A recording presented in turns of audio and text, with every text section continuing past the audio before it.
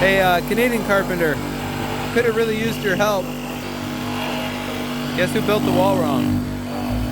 And there's no salvaging it, so we are disposing of the evidence. Hey Joe, it don't take us long. Fastest new construction remodelers on the planet. The elbow blades are pretty good. And welcome back to the channel, everybody. As you can see, the floor is sheathed. We are going to start building some walls. That is the center. If you remember from the previous videos, we started squaring everything from the far opposite corner. So all my layout's going to start there. So that mark on the right, that's joist layout and rafter layout, and you see that it stacks over the stud. Now on the left, that is 2x6 bore 8 treated mud sill, and I'm going to gap it off the wall about 5/8, and that's so that when the shear wall comes through, it can go continuously through that wall. At the same time, I want to make sure that I mark my stud spacing, which is 2 foot. So I'm going to mark, there's a center mark at 48. I'm going to offset that 3/4 back because it's 2x material. My rafters, my ceiling joists, everything's going to stack right over the top of that. As you can see here, we are using up those footing boards. And usually by the time that we frame our garage walls, all the footing board material is used up. That, of course, will be the top plate for this wall. The treated is the bottom plate. I'm going to line those up, and then I'm going to lay them out at the same time. Real quick, Brandon, let's measure this front jog because I got to get the location of the beam. 12 foot, right on the money. Okay. What are the chances of that? The reason why that number is important, and you can kind of see the control joint there, is the 4-foot jog in the front of the foundation. I want that to be a straight line from the front of the garage to the back of the garage. Above that is going to be a glue lam. That glue lam is going to hold the ceiling joists and the roof load itself and eliminate a column in the garage. And that's why in the foundation video, if you go back and watch that, you'll see that we poured stem wall, a bigger footing, there's rebar in there, and then where that beam is that I just marked, we're actually going to build the wall in a couple of feet, and that shortens the span and kept the beam from getting too huge.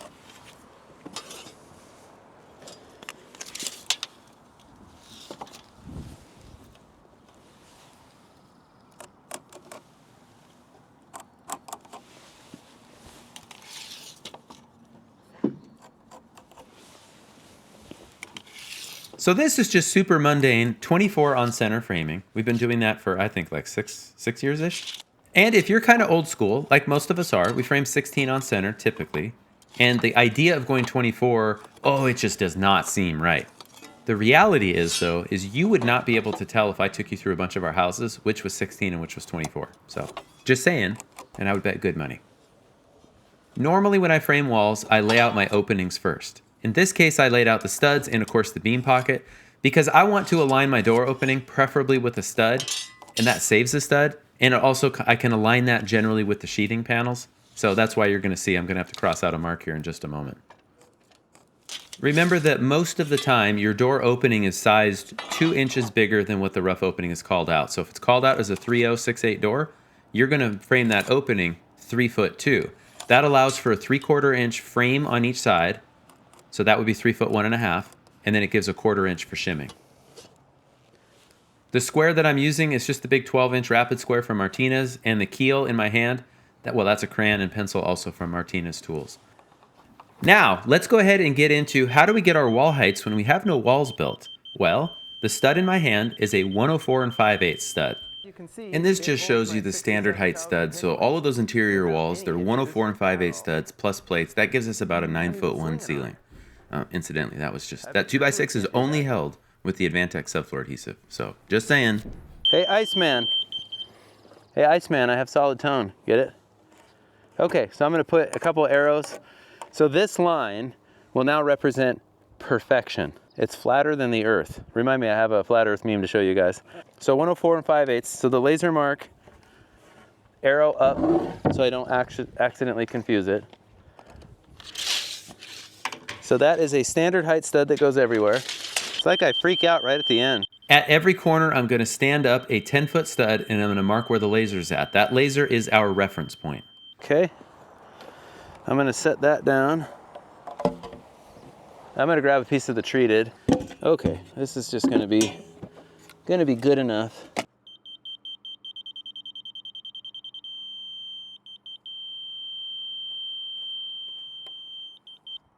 But essentially all we're doing is the laser line gives us the exact same reference point everywhere?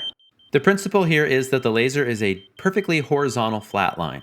Measuring vertical to the top will give us perfectly flat top plates, regardless of how bad the concrete might be at the bottom.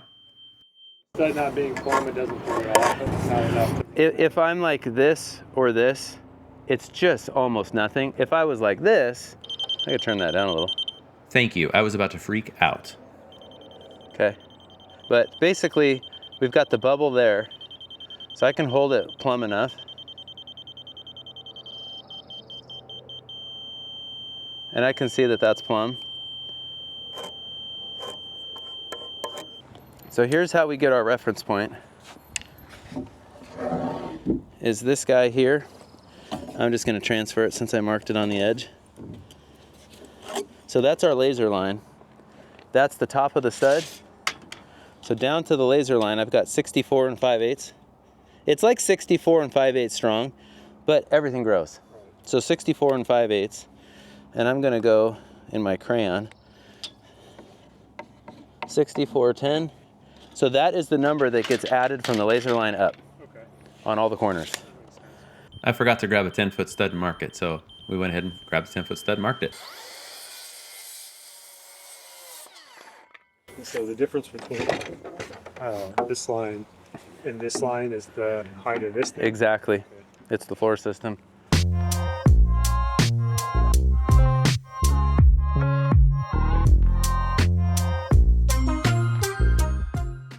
Let's see if this clarifies it a little bit. So the laser setup in the middle shoots a line that is dead horizontal. That's represented by the white line all the way around. We could call that control points, we could call that benchmark. It is now a reference.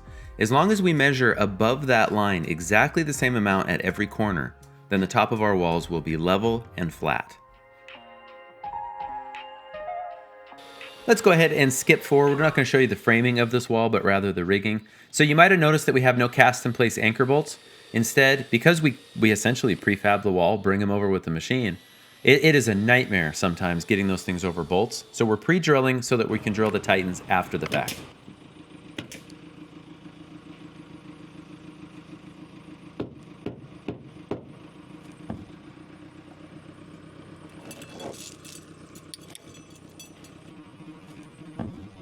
You see his reflexes as the operator. That is exactly what we want. Good job, Kyle.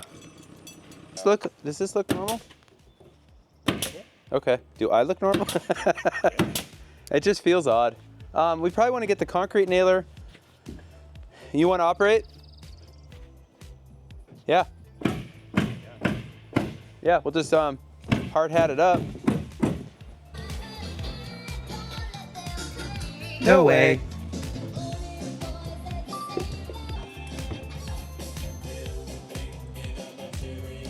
Material! What we'll have to do is, when it comes up and off the floor, we'll knock up all those toenails before we drop it over there. So it turns out that for the last 9 years, one of the go-to albums is the Madonna Celebrations Greatest Hits. It is fantastic. I did not realize how many 1980s Madonna songs are just so good, so good. Couldn't help but sing along with myself.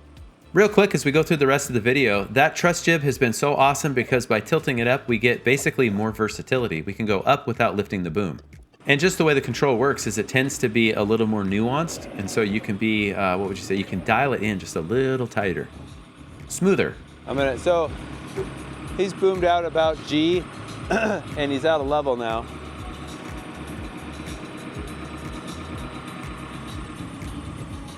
We'll just get him leveled out. We built the wall over there on the floor. We tacked the bottom plate to a straight line. That allows us to square the wall.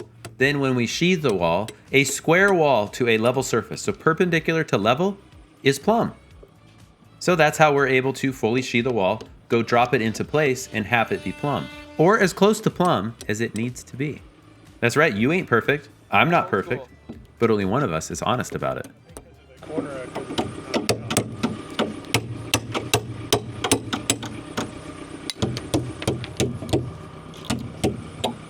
Yeah, I try to, but sometimes it's easier just to get my cat paw in here.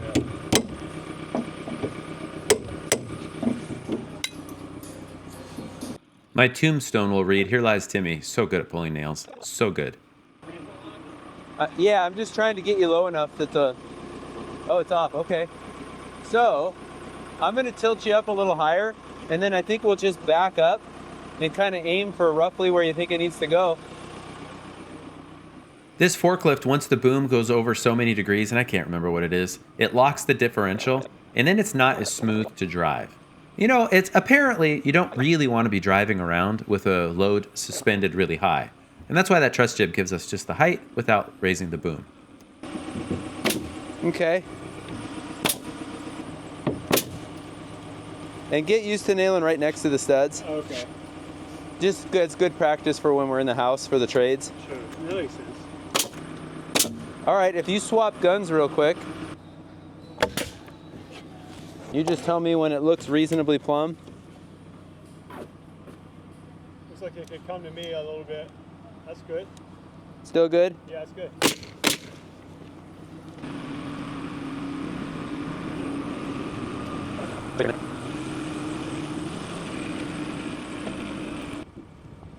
Notice Kyle waited to tilt down until he could see that I was going to see it. Yeah. That is good. That is good. That's what we want. That chain is awesome. It has adjustable legs, so we can adjust. Like if we get a load that's maybe off-centered, we can adjust the legs to center it out or balance it out. Thank you, Ben Morton from Maine, for suggesting it. It's just a little too rounded. And I bet you're gonna get it? Nice. Good, and you get mine. we just. That one looks like it's a little bit more like that.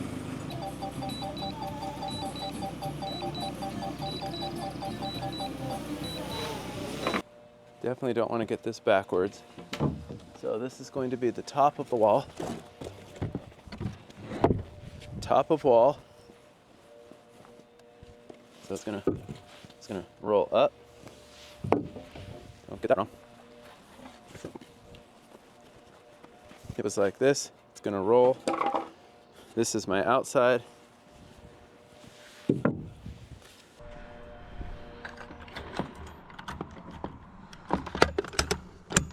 Let's see if it matches. It's with a 10-pin. Okay. So again, this matches. It's gonna rotate that way. This is my left. Rotate up and head that way. Okay, make sure this matches. And I'm gonna use the top plate to make sure that's perfect.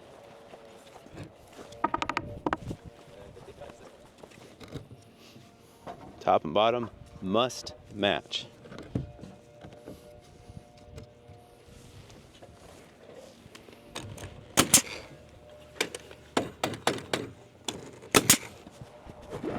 A few things about this wall that make it special. It's a 2-car garage opening. Notice that that is 3x mud sill on those wing walls, as I'm going to call them. That is because those are shear walls.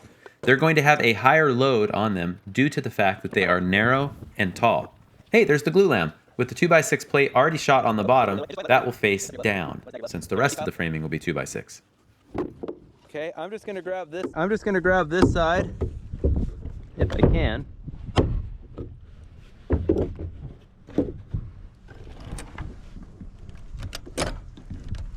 Come on now. Okay, so that's nice and flush.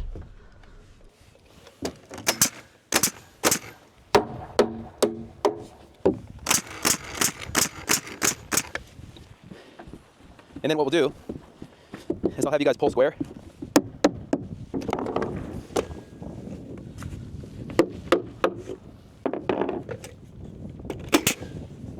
Look at that.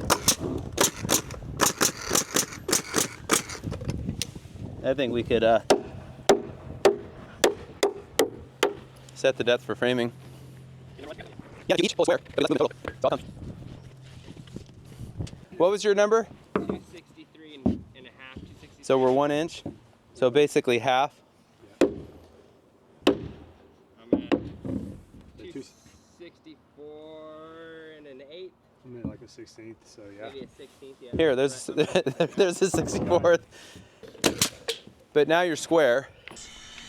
So, I mean, I could say 8 and 15. And your side, 8 1/4. But we already know the stud heights were the same off the laser. So I say it's just the slab that's out. So that was concrete. So if we burn 8 1/4, and that's bottom of mud sill, which is top of concrete. So if we burn 8 1/4, that's the slab, right? And we mark 8'1" and 8'2½". So 8'1" is an 8-foot door plus garage wrap, and then we need a plate across. Does that make sense? I think we're doing it right. That gives me a block of about 9 and an 1/8. 9. What'd you end up with? 9 from the top. 9. I say we just make them all 9. This is like 80. And that I couldn't care less about. Yeah. Right. Yep, exactly. So 9-inch blocks. I can go whack a bunch of 9-inch. Well, I want to. So she's going to be here closer to noon, she said. Yeah, so 9-inch block. He could just stay the cut guy. So the slab was just a little bit different. Doesn't matter. The header is going to be just dead straight and flat. Now you notice most of our framing here is going to be 6x6. That gives us lots of nailing for our shear panels, and it catches the hold down straps. And if that's hard to visualize, well, there's the wall in place. Notice the 6x6s, that's going to catch those straps. Our shear panels have to break plus or minus like 2 feet in the center of the shear wall. This is how the Cornerstone Industries truss jib works. Pull the little pin, you pull it out, to give you the different capacities there in the sticker, depending on what letter or what number. I can't remember. It looks like number. Whatever number that you are. It's letter on the boom of the forklift. Numbers, letters, I mean, they're basically the same thing if you think about it. But don't think about it. It takes too many calories to think about it.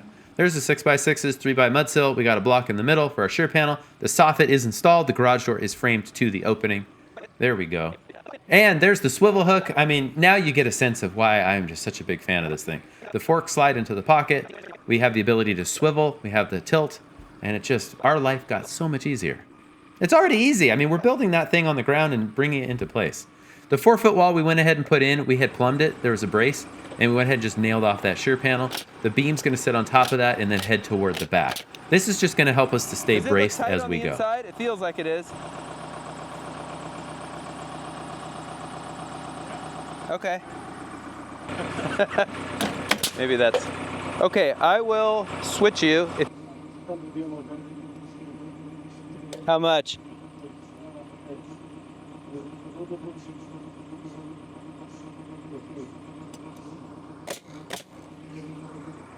Okay, it's just there to kind of hold it for the weekend. I've noticed I follow this physical therapist. Oh, I got 2 magnets.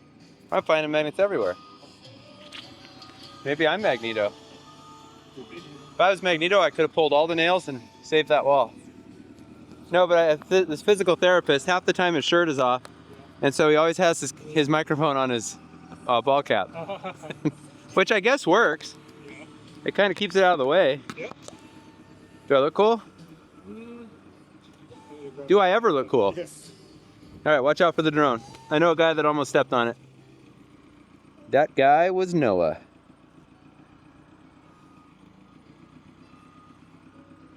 Take off. But now we're here. I don't really know the words. I mean, I think I look pretty cool in this hard hat. Since the drone does not have a microphone, I somehow have to sync it up with the microphone that is on my sweet hard hat. Okay, that is going. And like my therapist said, if you're going to do it with style. So that's how you sync it up, with style. Here, I'll just blow off the wall. I don't actually have a therapist, but I always wanted to be a therapist. I did take Psych 205. I really like you, Brandon. You courtesy laugh. I go home feeling really good about myself. And then the trolls on Instagram, where they tell me I'm an idiot. And sometimes I believe them. Dr. David Torin. That's right. Personality theories. I think I got a B in that class. Ooh, look at that yellow, man. Okay, so I'm going to go back a little farther than I think I need to. I remember I had to read Carl Jung's book on archetypes. And I have since modified the archetypes. There's 5 archetypes. Plumbers, they're the lamest. framers are the coolest, finish carpenters who flunked out of framer school, and then the others. I can't remember what they are. Okay. The guy that taught me always used to sing this when we left the job. We gotta get out of this place. If it's the last thing we ever do. Yeah. I don't know if I would have stuck with this. You know, everything is so hard at first, especially when you're like 15, 16, that if it wouldn't have been for the fun with the guys, kind of the prank, the good-natured pranks. Yeah. Yeah, and I do really feel like, oh, that's Paul calling. I really even feel like, hey, Paul. Yes, sir.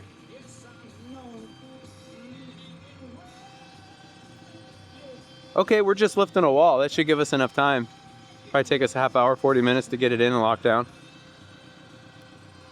Maybe if he doesn't...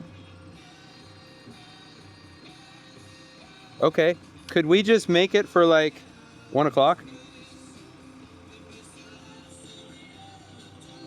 Yeah, I mean, otherwise he's gonna be sitting around for a little bit. Awesome, thanks for calling. That's good timing. Thank you. But anyway, I also feel like that was part of the reason why I didn't really deal with negative peer pressure. Like, I didn't get to me. You know, I knew kids that just did all kinds of weird things. But because I knew I had a place to go, I think I cared more about their opinion than I did my classmates. So I never got caught up in anything that would be like way out there. It's like if kids made fun of me, it was just like, my personality too is the type where I could very easily just respond sarcastically. I think it's genetic.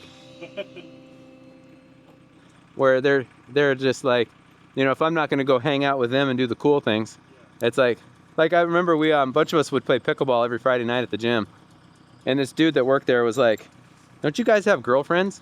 And we're like, "Don't you?" And we all just stared at each other. No, that's why we're playing pickleball. Okay, I got like 5 or 6 screws.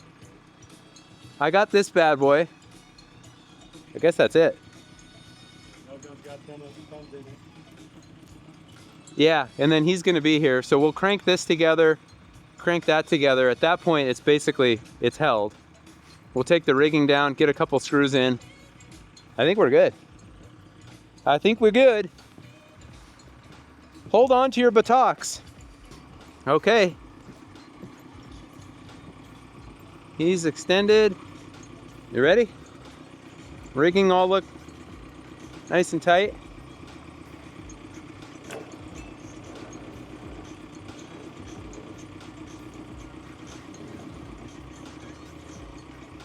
I know I probably should have edited that whole part out, but I really do look back so fondly. And it was the camaraderie on the crew that I am convinced it gave me a sense of belonging. Also the pickleball. I have more stories on the pickleball, by the way. We used to reserve it, and it took up half the basketball court. There'd be like 20 guys that were there to play full court basketball, and they had to wait on us. And they would just shoot us daggers with their eyes. Do you think we backed down at all? Nope. Later we realized basketball, that was how you got the girls. We still didn't get any girls, but we had a lot of fun playing basketball. Okay, so this is the rake wall, version 2. Hey, would you like to see what happens when you do the rake wall wrong? Hey, Canadian carpenter, could have really used your help. Guess who built the wall wrong? And there's no salvaging it, so we are disposing of the evidence. Hey Joe, it don't take us long. Fastest new construction remodelers on the planet. The elbow blades are pretty good. All right, Joe, so it is 100% my fault. Basically what happened is normally our gable walls would be outside to outside, right? But the front garage portal wall, we needed every ounce of shear and a continuous bottom plate. And so I'm like, let's just squeeze it, it's not a big deal. But so 5.5 run on a 712, that's what I did not add. So it was basically like 3 1/8 short.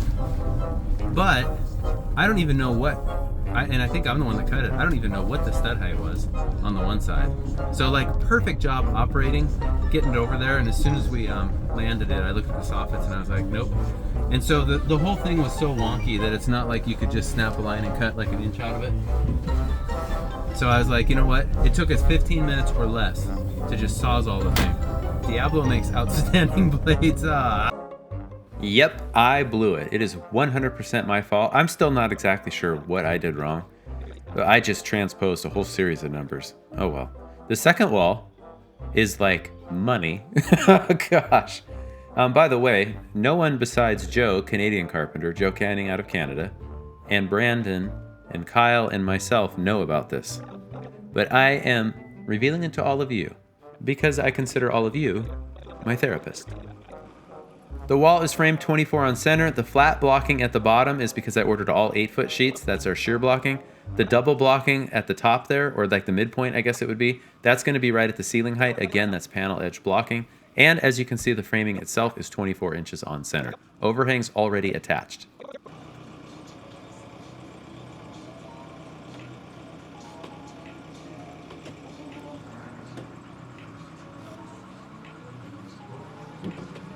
Okay, so I'm down nice and tight. Okay, so what we're gonna do, boom in just a little bit. Okay, so what we're gonna do, boom in just a little bit.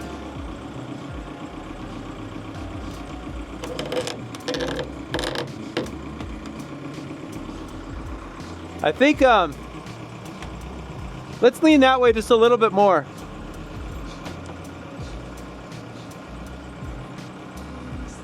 Let's lean that way just a little bit more.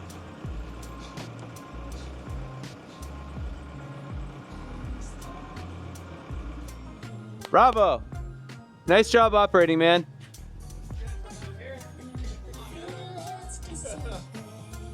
Okay, let me, All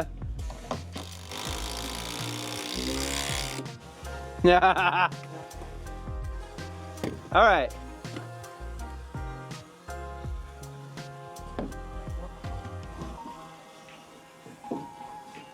That's like money. 13 and 11/16. I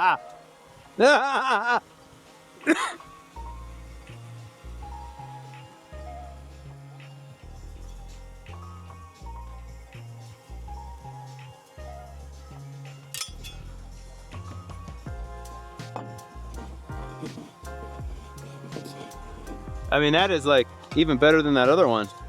That's because it's the second time, dude. You better get it right the second time. All right. Front side, well, not so good, but we're gonna make it good. In fact, we're gonna make it perfect. Wanna see how? Here's how to make that perfect.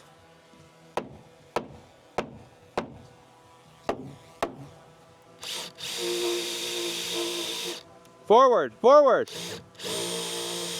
That is forward. Forward. There we go.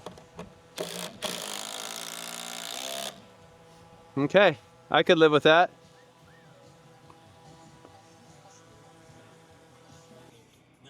Okay, now watch as we take the rigging down.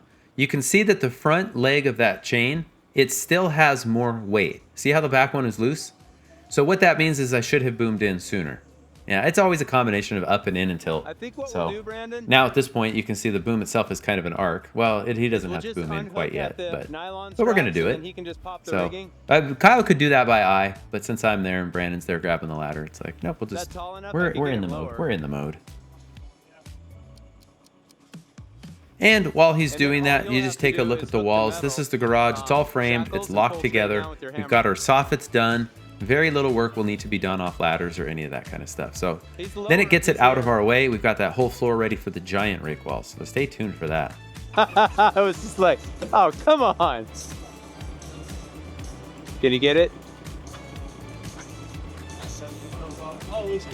Okay, no worries. I should have had you do it the other way. So if you take the shackle, he can go straight up. I told Arrow at 1 o'clock. One thing I have not covered is that we don't have power on this job site, so we're running off batteries. I'm gonna do a whole video on that. So that's the power company in the little white van, and then of course the lumber truck showing up, which is perfect timing. Okay.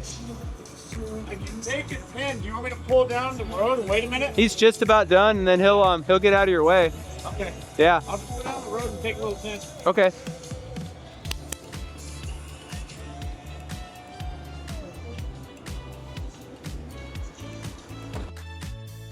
And before we call it a day, I just kind of want to show you what is in store for future videos. That is the Great Wall Redux, meaning we've done it more than once. We wanted to save all that space on the floor for the Great Wall. That's not just the Great Wall, and I'm going to keep saying that, but the wall that is behind it, to the left right there, is also a big wall. But anyway, we're gonna get all into balloon framing, how to build the big rake walls, all of that good stuff in future videos. Why do we balloon frame? How do you balloon frame? What about fire? What are the studs? By the way, they're Roseburg LVL studs for those tall walls. That thing was about, I think, 25 feet to the peak. There's just a look at it. I mean, it is a thing of beauty. It went up really well. The only complaint we had, of course, was it was raining, but it's always raining. All right, everybody, if you don't mind, hit that like and subscribe channel. I mean, look at those dudes. They're like a rock band. They're like a cooler version of Beastie Boys. I don't know what that means, neither do you, but if you want, hit that like and subscribe button. I tell you what, forward this video to everybody in your contact list, and then come back here and comment on like what people said. I love you all, and we will see you in the next video.